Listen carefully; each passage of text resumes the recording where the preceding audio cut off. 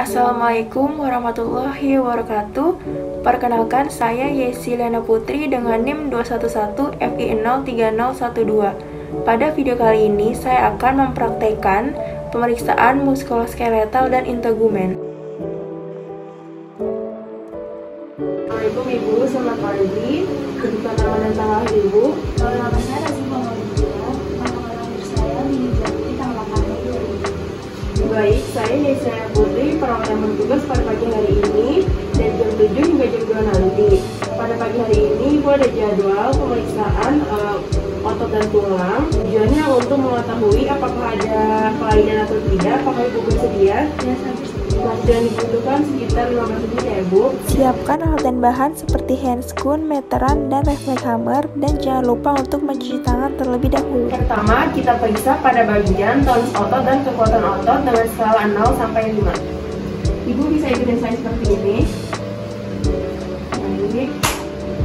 Jika pasien mampu melawan tahapan penuh dan mampu melawan gravitasi, maka nilainya 5. Baik, Ibu bisa ikutin seperti ini lagi. Baik. Jika pasien tidak mampu melawan tahanan, tetapi mampu melawan gravitasi, maka nilainya 4. Baik Ibu, apakah Ibu bisa angkat tangannya? Jika pasien lemah untuk mengangkat tangannya, maka nilainya 3. Baik Ibu, apakah Ibu bisa mengangkat tangannya? Jika pasien tidak mampu mengangkat tangannya, maka nilainya 2. Apakah Ibu bisa mengangkat tangan Ibu? Jika digerakkan bisa tidak ya Bu? Bisa. Baik.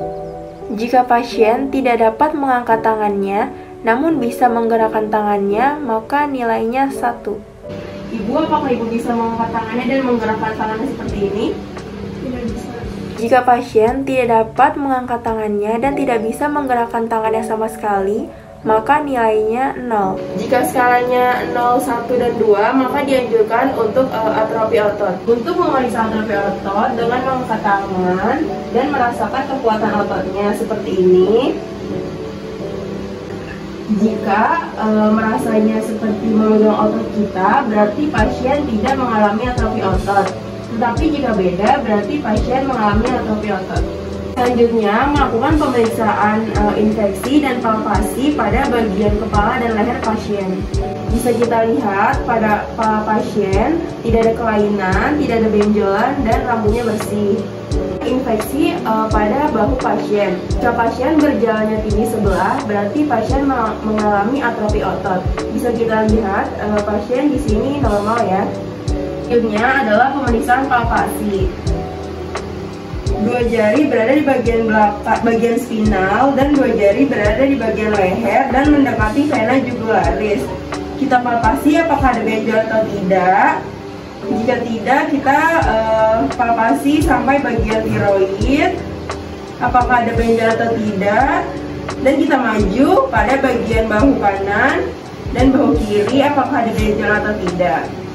Selanjutnya pada bagian tangan, tidak ada benjolan, lalu kita lihat kukunya, lalu kukunya juga bersih.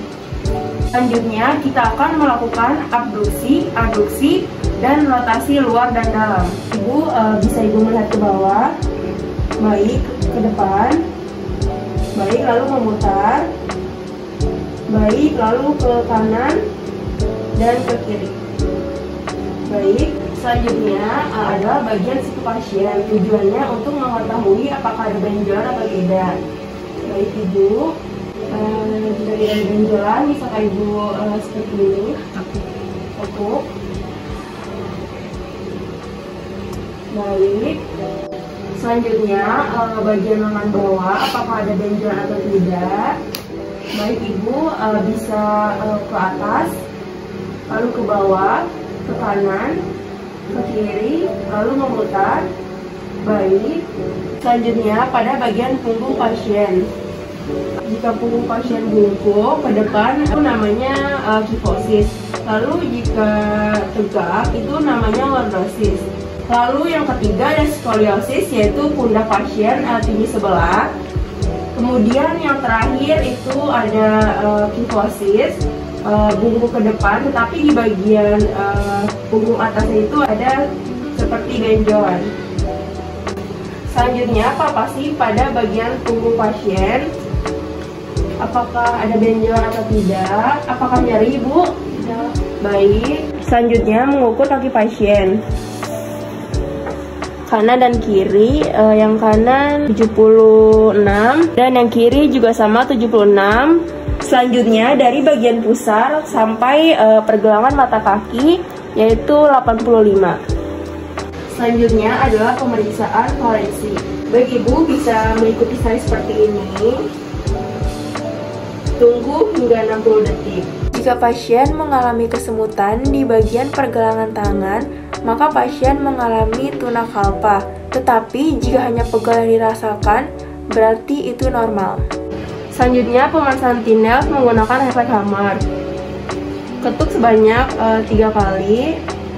Setelah itu lihat apakah pasien mengalami kesemutan atau tidak. Jika mengalami kesemutan berarti tinas pasien positif, dan sebaliknya jika tidak ada reaksi kesemutan berarti tinas pasien negatif. Selanjutnya pemeriksaan pada bagian patella atau bagian dengkul menggunakan refleks hammer. Setelah itu pada bagian lutut pasien mengetahui adanya benjol atau tidak, kita fiksasi dan kita raba apakah ada cairan atau tidak. Dan ini tidak ada penumpukan cairan, berarti tidak ada tanda balon ya Ibu. Baik Ibu, pemeriksaannya sudah selesai. Apakah ada pertanyaan? Jika tidak, saya izin permisi Ibu.